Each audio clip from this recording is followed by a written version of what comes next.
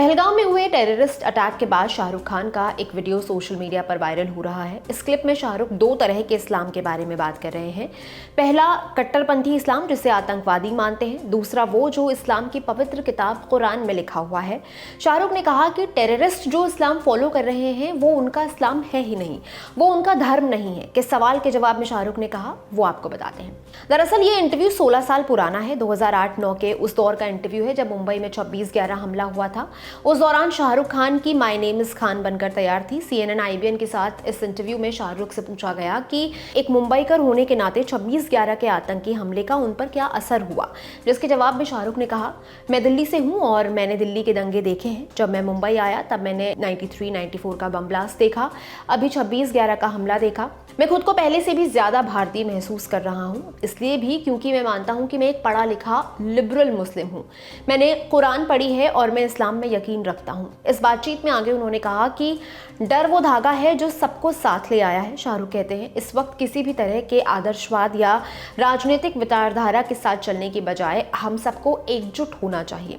डर वो चीज़ है जो सबको साथ लाता है। इस वक्त हम सब बराबरी से डरे हुए हैं। इस्लाम के बारे में बात करते हुए शाहरुख बोले कि पहले जब लोग आतंकवाद और इस्लाम को जोड़ते थे तो वो उसका विरोध करते थे, अब तर्क देते हैं। शाहरुख ने कहा, मैं झूठ नहीं कहूँगा, तकरीबन 2 या 3 साल पहले अगर मुझे कोई बोलता था कि आतंकवाद जो है वो इस्लामिक नेचर में है तो मैं उसको नकारता था। लेकिन अब मुझे एक बात समझ में आ गई है कि ये आतंकवादी जो इस्लाम फॉलो कर रहे हैं वो हमारा इस्लाम है ही नहीं, वो हमारा धर्म है ही नहीं, क्योंकि एक अल्लाह की आवाज़ है जो हमारी पवित्र किताब कुरान के अंदर लिखी हुई है।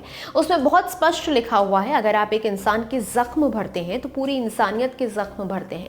अगर आप एक इंसान को दर्द पहुंचाते हैं तो पूरी मानवता को दर्द पहुंचाते हैं। कुरान की आयतों का जिक्र करते हुए उन्होंने बताया कि उनमें आतंक के लिए कैसी सजा लिखी गई है। बकौल शाहरुख, कुरान के मुताबिक अगर जंग भी हो तो औरत, बच्चे, जानवर और फसल को तबाह नहीं किया जाएगा। जो ये करेगा उसे किसी भी तरह से जन्नत नहीं मिलेगी, बल्कि खुदा उसके साथ बहुत बुरा करेगा। ये जो इस्लाम है ये अल्लाह की आवाज़, अल्लाह की ज़ुबानी है। और दूसरा जो इस्लाम जो ये लोग यानी कि आतंकवादी फॉलो कर रहे हैं, माफ़ कीजिएगा मैं किसी के खिलाफ नहीं जाना चाहता, लेकिन वो मुल्ला की ज़बानी है।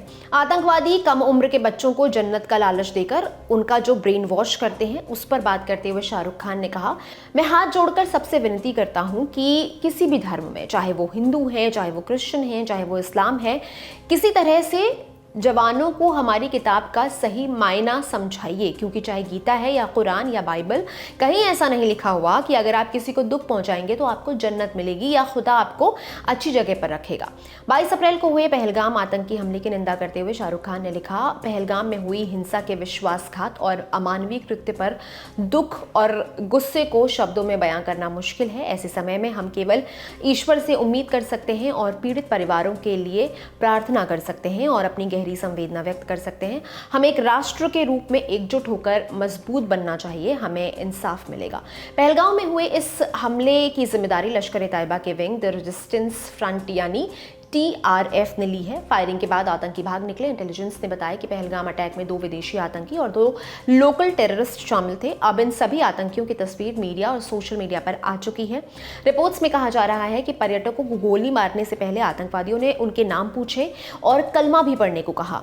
इसमें एक यूपी के शुभम द्विवेदी थे, जिनका नाम पूछने के बाद आतंकियों ने उनके सिर में गोली मार दी। मृतकों में यूपी, गुजरात, महाराष्ट्र, कर्नाटक, तमिलनाडु और ओडिशा के पर्यटक हैं। नेपाल और दुबई के एक टूरिस्ट और 2 स्थानीय भी हमले में मारे गए।